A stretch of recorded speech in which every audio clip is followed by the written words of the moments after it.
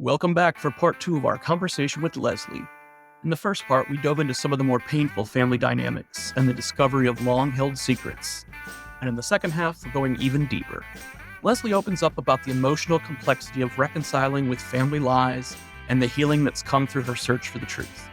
We also discuss how these experiences shape our understanding of what it means to be truly connected to our families, both biological and chosen. Let's jump back in. Yeah, this is the first cousin that won't speak to me. It says that I said they were evil. Unfortunately, she was murdered in 2018. And so I never got to meet her either. So again, we talk about this race of the clock because these things are happening. I think she would have been a great person because that was my dad's sister. And then I had another, and my uncle was still alive too. But when this all got squelched, he was willing to meet me. And they all got hold of him and said, no, don't do it. What a sad situation. He was a writer. He wrote several books.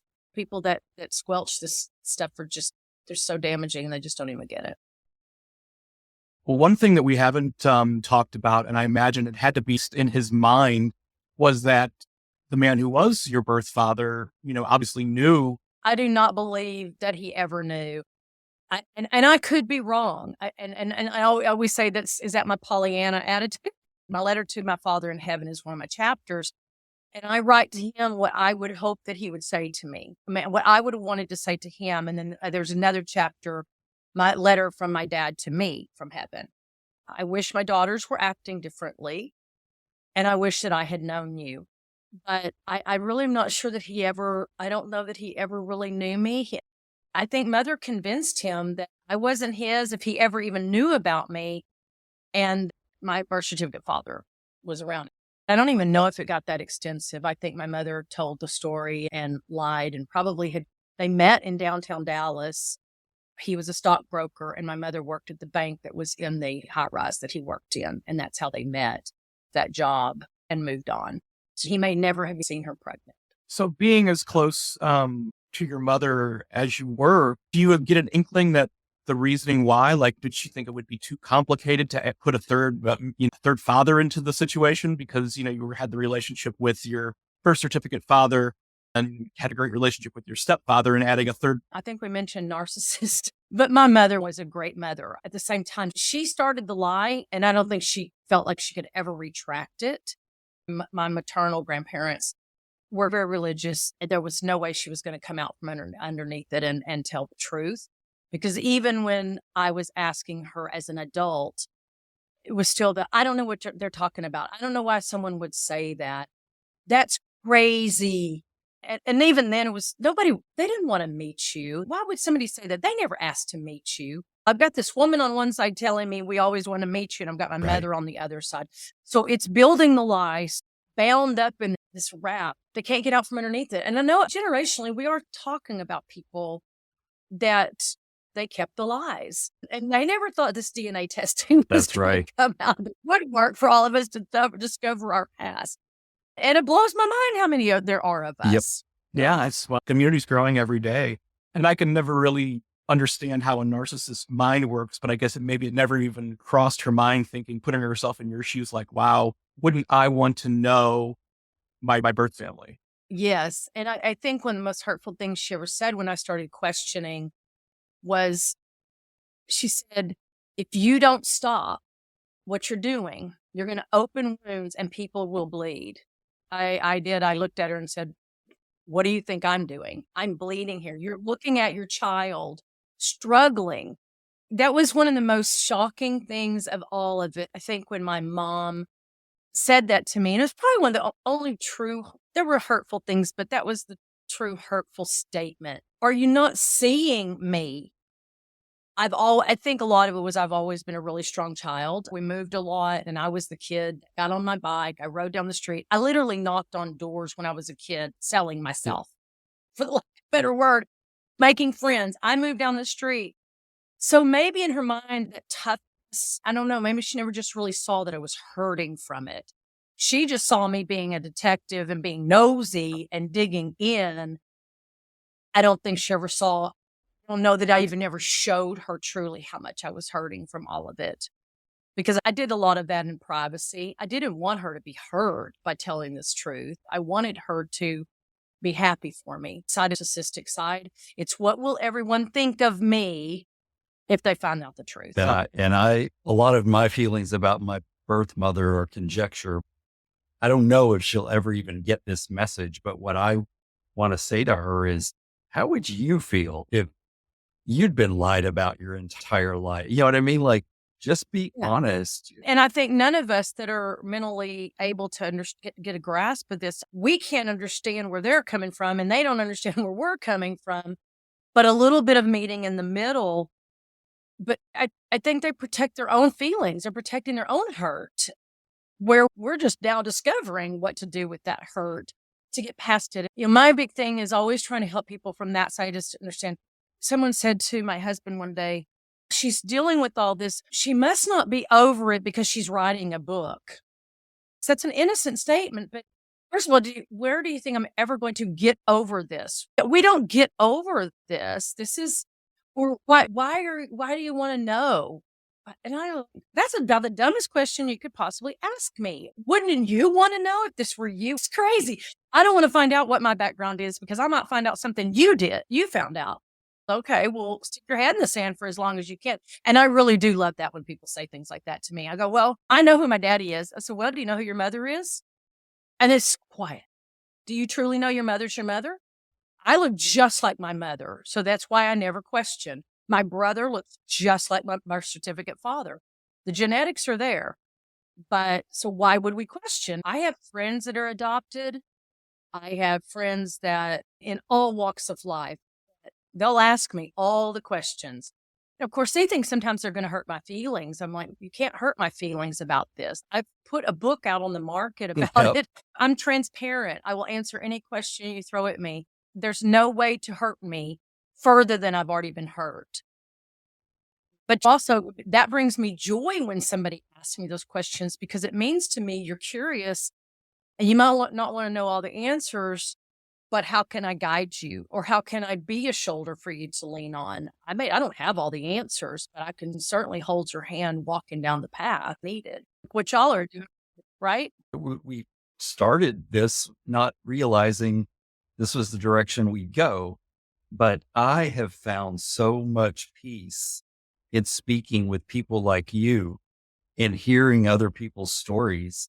And it gives legitimacy to all my feelings. And I needed that. I didn't realize at the beginning, but I did. And then to your point, Corey and I look at each other and we say, if preaching that we've got to get away from these family secrets can help more people, I'm going to continue to do it. And that might continue to piss off my mother's family, and they're just going to have to deal because I'm not going to shut up. No, it's not our job to make them feel better about themselves. They have to find their own joy in themselves, learn from there. It's like any relationship, right?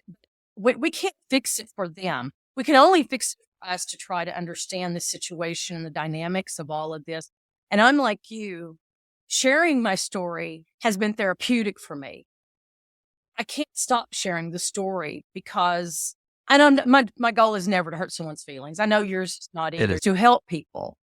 And isn't that what we're here for? No matter where we are in life, I'm not trying to be a Pollyanna, but stepping back just to say, how is this affecting someone? I have to say, I've got a group of female friends and male friends that have been through this walk with me. They have been so supportive, but it still blows their minds. It's still just, Lezlee, of all people, I'm the perfect person that this would happen because I'm the perfect person.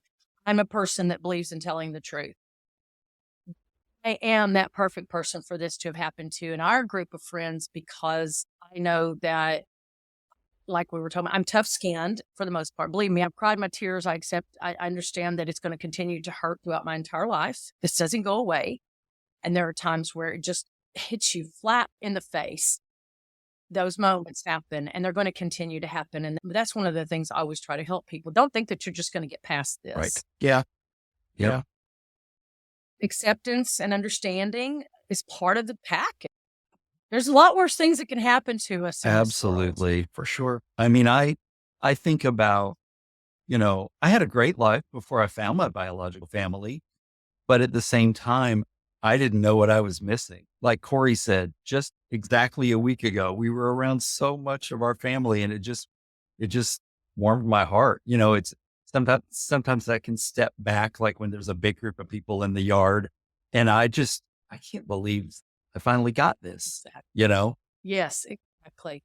Do you still feel like you have a piece of a puzzle missing a little bit in your, maybe just not mentally, but I feel like my pieces have come together, but I still feel like I'm still missing a bit. I do. I don't know how to explain that very well, but No, I do. And I think you and I, the way you've described yourself, I think Corey will say that you and I are similar. Like I have always been tough skinned. I think losing my adoptive parents as young as I did, because they both were dead before I was 17. When people say that, they often say that negatively. I'm not, look, life happened, right? Like it just it did and did. it does. And I've always been Exactly. one of those people that said, okay, those were tough times, but what did I learn from it? Be a better person from it. Right. So that's my goal. And, I was very tough skinned, and I think that Corey and I were together when I turned 40, and I said, I don't know if I'm ever going to find these people. You know what I mean? Like, am I ever going to find my biological family? Well, it's like an onion, right? We're peeling. I use that analogy, but it's like peeling back the pieces one at a time. And one of my chapters in my book too is about obituaries. Obituaries are your friend is one of the chapter names. And I just got home from Colorado with 9 girlfriends. Crazy. But one night there was somebody we'd been in sorority with. Somebody said, I wonder what happened to her. I said, let's take a look. So I get into the computer, go backward, forward, and I found her husband, where they live, their 2 children, her mother, her father, obituary, everything. I'm just showing you merely how easy it is to backtrack into your family. Usually that's how I did this. So it is peeling back the onion one peel at a time, and it takes time. And you brought up stepping back. That is something, I don't know how you feel, but when I meet somebody new or I go through maybe a moment where roots tech, anything like that, I try to explain it to people that I have to decompartmentalize myself. I have to step back. I have to go through it, breathe through it, and get through that piece. So each piece feels like a little bit of pain for me, a little bit of toughness for me. And then when I'm done, that's the only way I can explain it. I reheal a little bit, and then I'm ready to tackle the next situation. Even when meeting family members, I'm like that.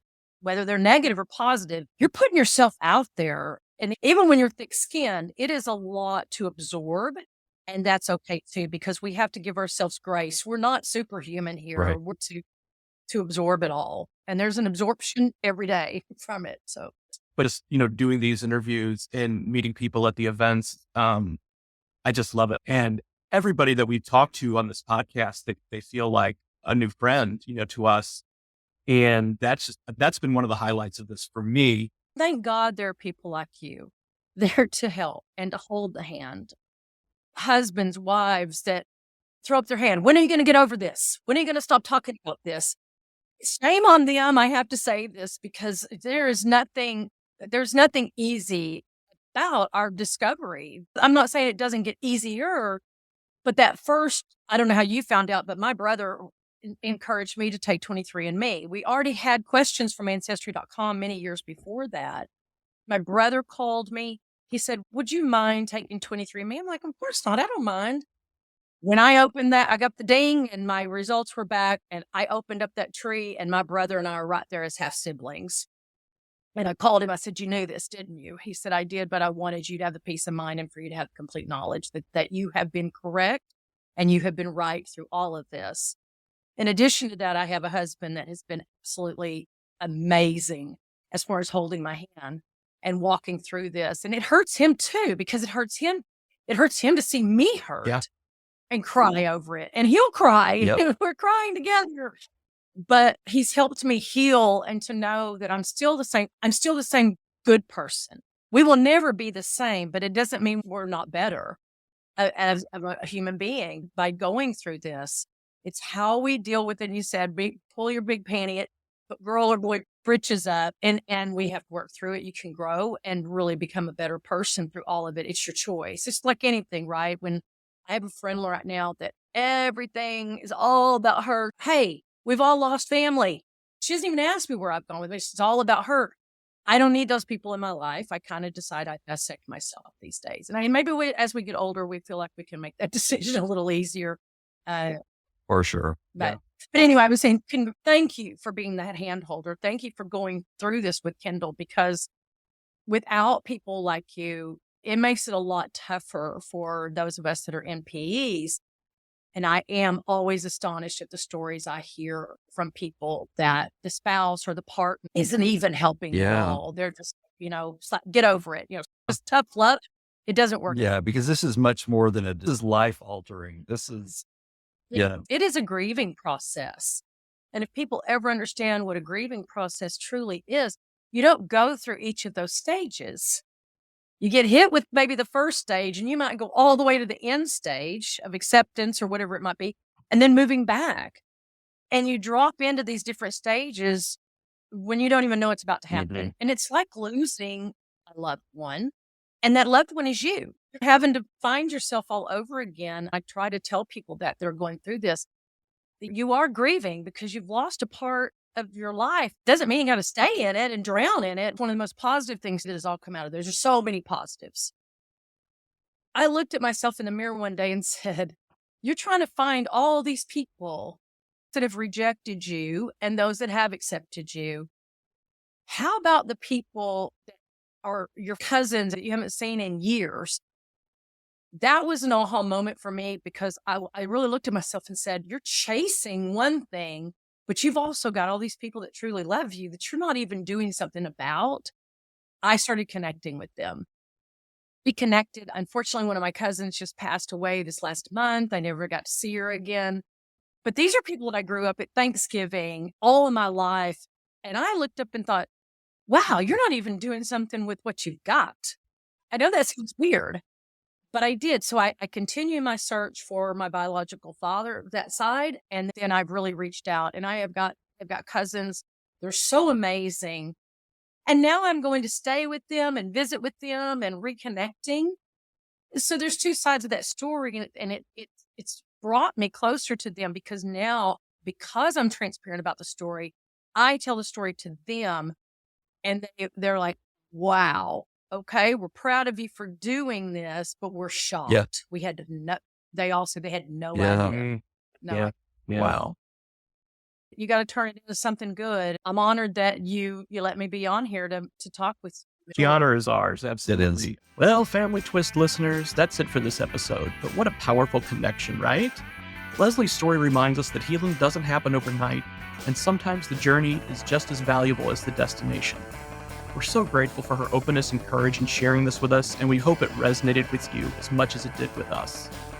Be sure to check out the show notes for more information and resources, and we'll catch you next time on Family Twist. The Family Twist podcast is produced by How the Cow Ate the Cabbage, LLC, presented by Savoir Faire Marketing Communications, and features original music by Cosmic Afterthoughts.